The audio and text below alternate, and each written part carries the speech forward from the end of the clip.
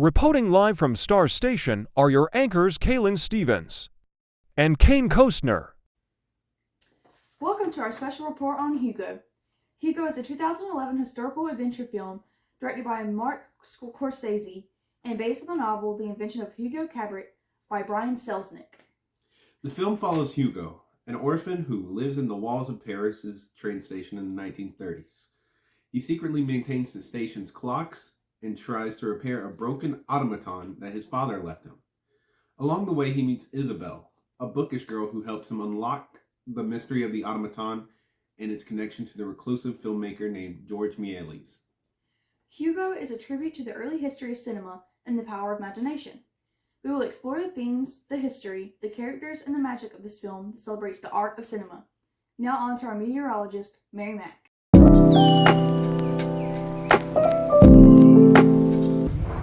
Welcome to the meteorology section. Today there's a 100% chance of smoke in the air from the trains. Thank you. Introducing our first segment, Character Spotlight by Charlie. Hugo. What a movie it was. And there were a couple characters that stood out from the rest. The first character that caught my interest was the namesake of the movie himself, Hugo Cabret. He starts out being depicted as a child who was trying to survive. He's hiding in the Parisian train station's clock and snagging bread from shops in that same station. We find out the clock was run by his uncle, and when this uncle was made to take care of him, he had Hugo learn how to run the clocks. So when this same uncle goes missing, Hugo doesn't want others to find out, so he continues to maintain the clocks so that there's less suspicion, and therefore he's less likely to get sent to an orphanage. We find out even later in the movie that he developed a love of movies and a knack for fixing machines from his father, which is beautifully shown through the CGI of him fixing the clocks and other forms of machinery. He also holds on to a notebook from his late father, which told of his father's dreams of creating his own automaton, like one he saw in a museum. This is the same automaton that Hugo is repairing and trying to find a way to turn on. He believes that it may have a secret message from his father, and he wants to find out what it is. After getting caught stealing by a certain toy shop owner and getting his father's notebook confiscated by the same old man, Hugo meets a girl named Isabel. Now, Isabel, she is a lover of books and lives in the train station as well. Hugo is the only other kid she knows who lives in the station. Actually, when interacting with Isabel, Hugo's actor, Asa Butterfield, plays the character in a way that shows more trust towards her in comparison with his interactions with other characters, which might have been helped by the actress, Chloe Grace Moretz, playing her character as a more upfront and sociable girl. So when the two meet, and Hugo expresses worry about the fate of his notebook, she assures him that the notebook will not get destroyed. And they become fast friends, too. Hugo finds out that she's been banned from seeing movies her whole life, and he decides to sneak her into a movie theater, using lockpicking skills, which I believe helps a lot with showing his knack for messing with machines. He mainly wanted to do this because he wanted to share the medium with her just like his father did with him, imparting that same type of passion that his father had and that now he has onto her. Both Isabel and Hugo chase each other after getting kicked out of the movie theater. This is because Hugo starts running after seeing that the train conductor had found his little hiding spot in the clock. Isabel chases after him, wanting to know why he started running. But then, he eventually notices the key around her neck and asks about it. This causes the little girl herself to run away, and he starts chasing after her. Hugo eventually tells her about his father and the automaton that the father was working on. This is where the information about his father comes from. Hugo uses this information to convince her to let him use the key for the automaton, because they both want to know what the secret message is that was left in this automaton. Once this machine finishes the drawing of the man in the moon getting hit with some kind of rocket, it signs the drawing with the name of a man who Isabel reveals to be her godfather.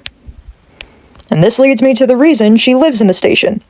It's because she's raised by the station's toy shop owner, Papa George Méliès. Now, Papa George was one of the first filmmakers in his prime. He also created the first automaton. As I said, kids find this out when the automaton ends up signing the drawing it makes with the old man's name instead of Hugo's father's name, the one who supposedly created it. He stopped making movies when he was enlisted in a war, specifically World War I. Then, when he made it back to France, he assumed people had forgotten about him and his work.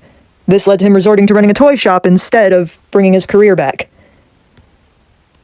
When meeting Hugo and finding the notebook in the boy's possession, he confiscates it while making a comment about ghosts, which is used as a form of foreshadowing to his involvement in filmmaking. His actor, Ben Kingsley, uses the emotion from that line so the audience is more likely to feel some compassion towards the antagonist, despite his actions towards the younger protagonist. Once they discover his drawings and his work in this chest that Papa George's wife stored away, he ends up having a breakdown, even ripping the papers with some of his sketches for his films, while even blaming Hugo for bringing these back up.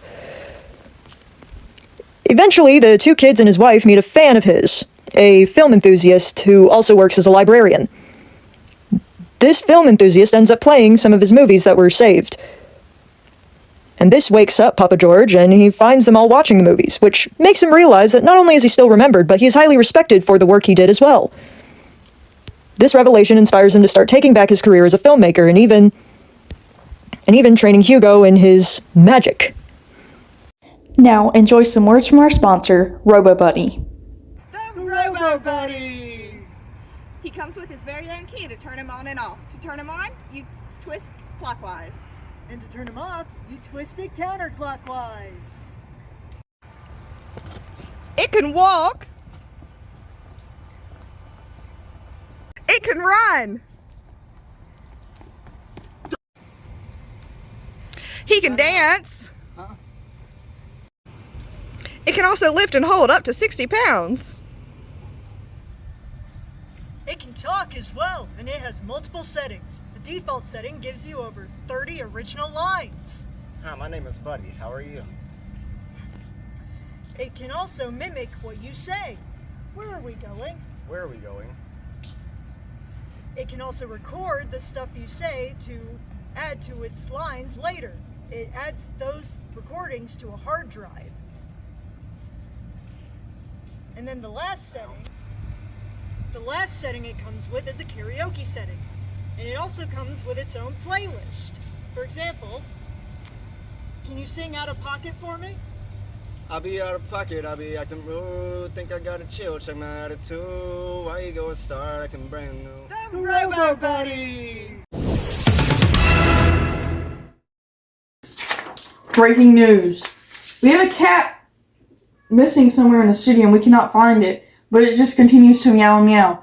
So if you hear meowing, it's the cat. Let me go find it. It's in the window. You're not supposed to say something.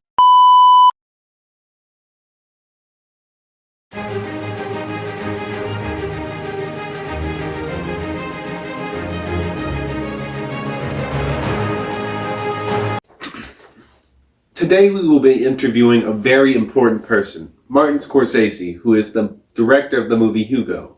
Thank you for having me. Thank you for coming. Now, Mr. Scorsese, or what should I call you? Oh, call me Martin. All right, Martin. What inspired you to make a movie based off this book? I was fascinated by the book's combinations of words and pictures, and how it explored the history of cinema and storytelling. I also felt a strong connection to the main character, Hugo, because of his obsession with machines and movies, just as I was like a kid. Interesting. How did you approach the adaptation process? I worked closely with the screenwriter John Logan and the author Brian Selznick to preserve the essence of the book and to translate into a cinematic language. We wanted to capture the spirit of adventure, mystery, and wonder that the book evokes. That sounds like a very tough challenge. What were some of the other challenges and opportunities of making the movie in 3D? It was a challenge to learn a new technology and to use it in a way that serves the story and emotions. But it was also an opportunity to create a new visual experience and immerse the audience in the world of Hugo. I think that 3D can be used as a great tool for storytelling if used with care and creativity. Well, that's all the time we have for today. Thank you so much for coming. This concludes our news segment on the movie Hugo. We hope you enjoy this exploration of the theme, cinematography, the characters, and the historical references of this enchanting film. If you haven't seen it yet, we highly recommend you to watch it and discover the magic of cinema through the eyes of a young boy. Thank you for tuning in, and stay tuned for more movie reviews and insights. Your anchors, Kaylin Steven And Kane Kestner. signing off.